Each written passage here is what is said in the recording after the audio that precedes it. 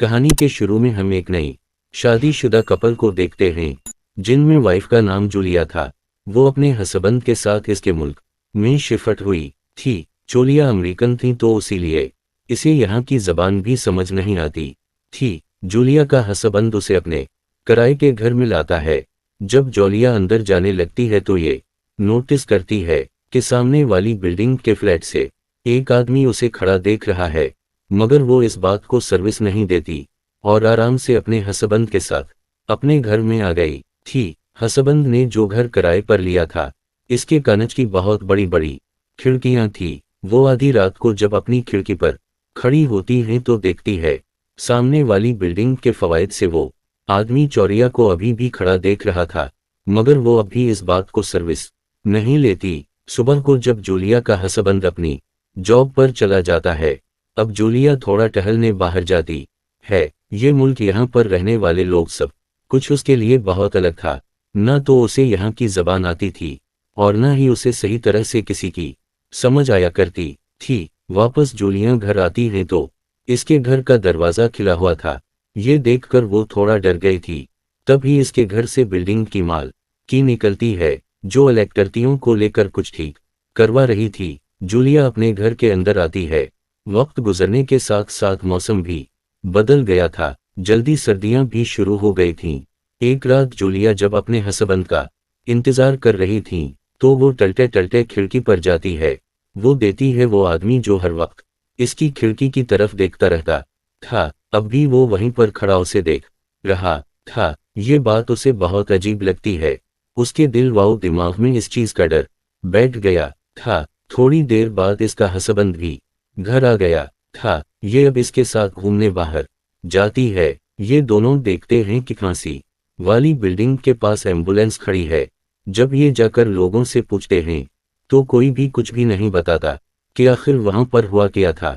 तो मगर जोया तेवाओ में खबर सुनती है कि पास वाली बिल्डिंग में एक आदमी ने, जो कि बहुत ही खतरनाक कातिल है, उसने लड़की को बहुत ही बेरहमी से मार दिया। ये सुनकर तो जूलिया ज्यादा डर गई थी। वो अब अपने हस्बैंड को बताती हैं कि सामने वाली बिल्डिंग में एक आदमी है जो हर वक्त अपनी खिड़की पर खड़ा मुझे देखता रहता है। इसका हस्बैंड जब अपनी खिड़की पर देखता है तो वहां पर कोई भी नहीं था। वो जूलिया से कहता है कि ये तुम्हारा सिर्फ एक वहम है, ऐसा कुछ नहीं है। अगले दिन जूलिया के हस्बैंड के ऑफिस से इसका दोस्त आता है।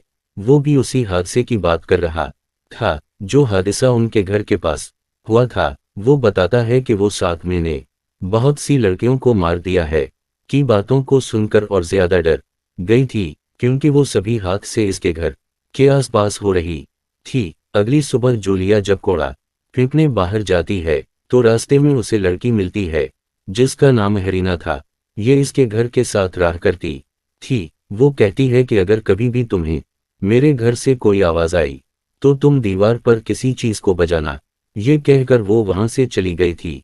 बाहर जाती है जहां पर उसके पीछे लगातार एक लड़का रहा था और वो थोड़ा आगे चला जाता है। जूलिया को ऐसा लग रहा था कि वो इसका पीछा कर रहा है, पर यह सिर्फ इसका एक सहम था।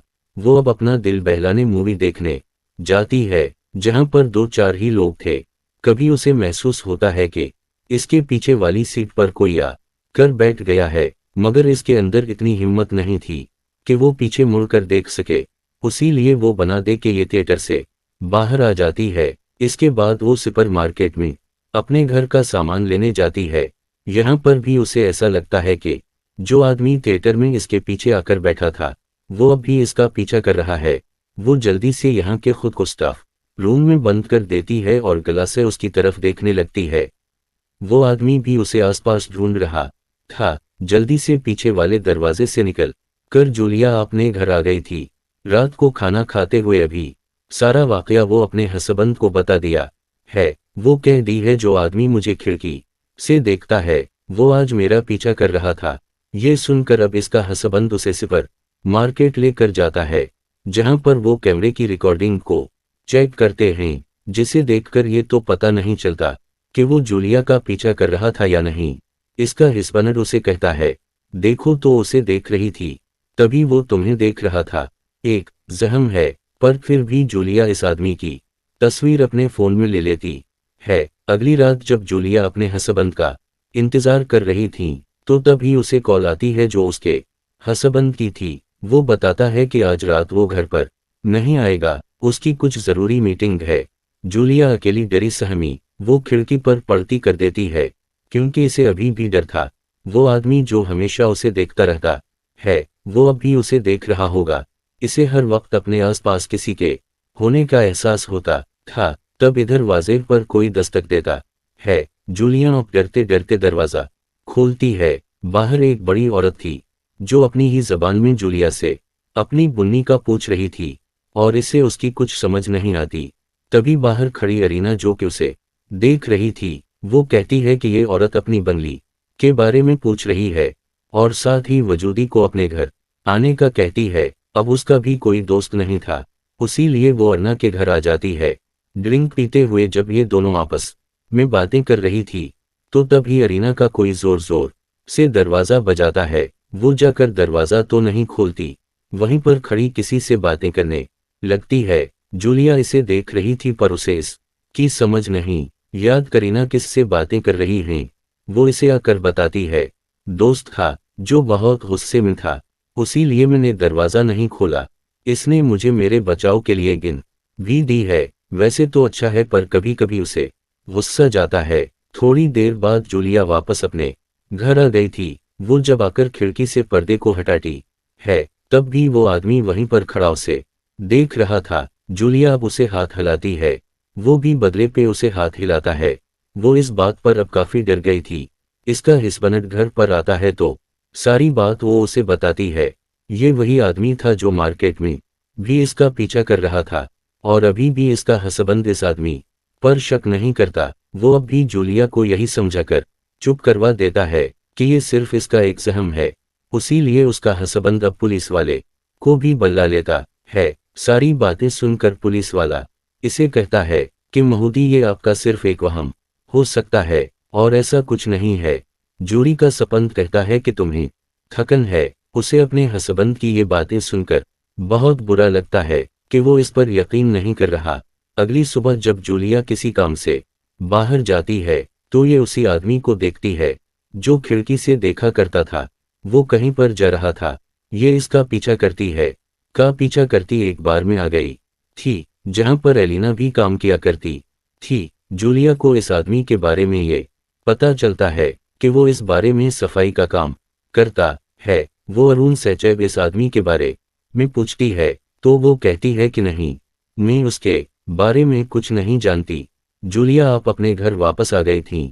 कभी उसे ऐसा लगता है कि किसी ने इसके चेहरे को ढांप लिया है, कोई इसे मारना चाहता है और ऐसा कुछ भी नहीं था। ये जूलिया का सिर्फ एक सपना था। वो इतना डर चुकी थी कि उसे अब ऐसी ख्यालात और होते रहते। तभी उसे अरीना के घर से आवाजें आती हैं। जब ये जल्दी से बिल्डिंग की मालिकान के पास जाती है और अरीना का दरवाजा खोलने का कहती है क्योंकि इसे ऐसा लग रहा था कि वो मुसीबत में है। जब बिल्डिंग की मालकिन इसका दरवाजा खोलती है तो अंदर सिर्फ एक बिल्ली थी जितने लैंप को गिरा दिया था और जूलिया ने भी उसी लैंप की आवाज को सुना था। इस बिल्डिंग की मालिक को भी जोरिया का रवैया बहुत अजीब लग रहा था। जब जूलिया का हस्बैंड वापस आता है तो बिल्डिंग के मालकिन उसे बताती है कि तुम्हारी बीवी बहुत अजीब हरकतें करती है। जूलिया अपने हस्बैंड को बहुत समझाती है कि जो भी इसके आसपास हो रहा है इसका वहम नहीं बल्कि एक हकीकत है। मगर उसका हस्बैंड उसे कहता है बस कर दो यार, क्यों ऐसे कर रही हो।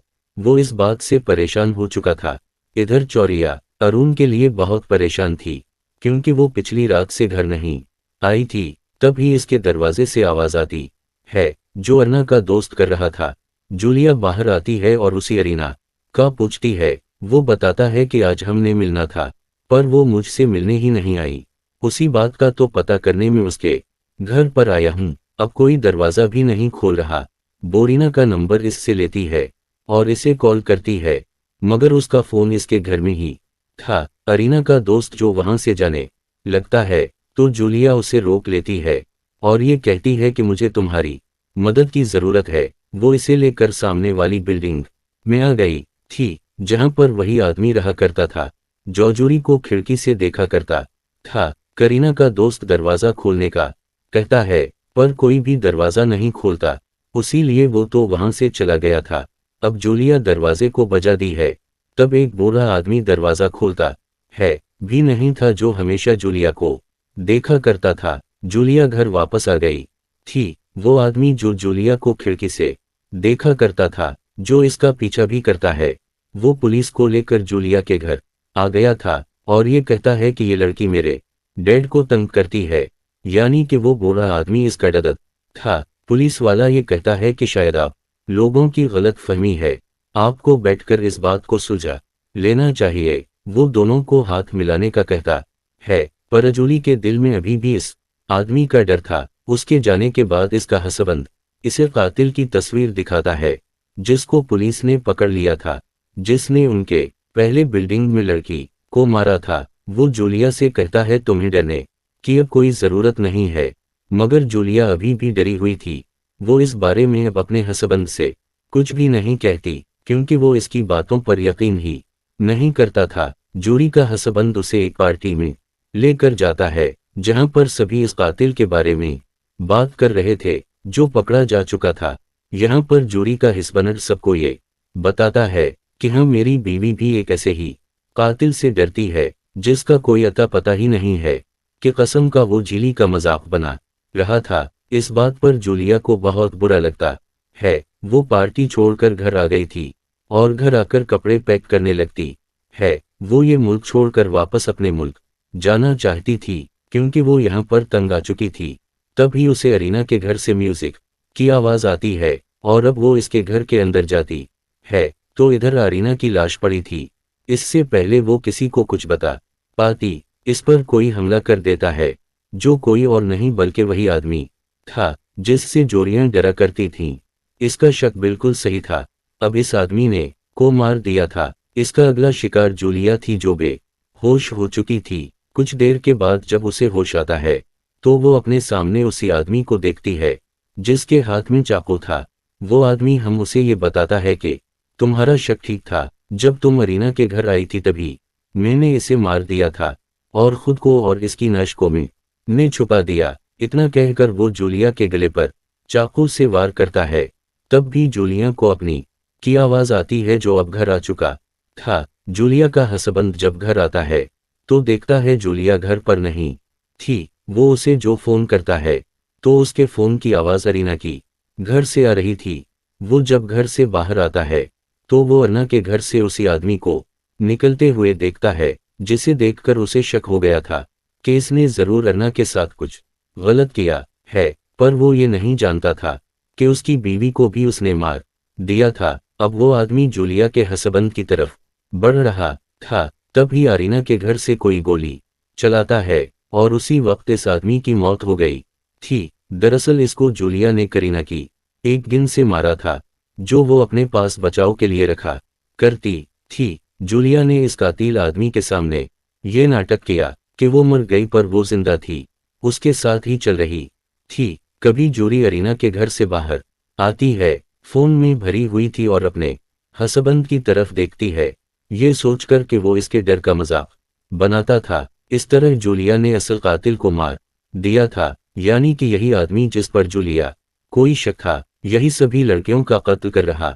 था। और ऐसा क्यों करता था, कोई भी नहीं जानता। तो अपने इर्द गिर्द हर चीज का ख्याल रखें, किसी भी बात की छानबीन अच्छे से करें, दूसरे के डर का कभी भी मजाक मत बनाएं, वरना ये हादसा आपके साथ भी पेश आ सकता है, क्योंकि आप आसपास रहने वाले लोगों की नीयतों और इरादों को नहीं जानते। और उसी मैसेज के साथ ये कहानी यहीं पर ख़त्म हो जाती है।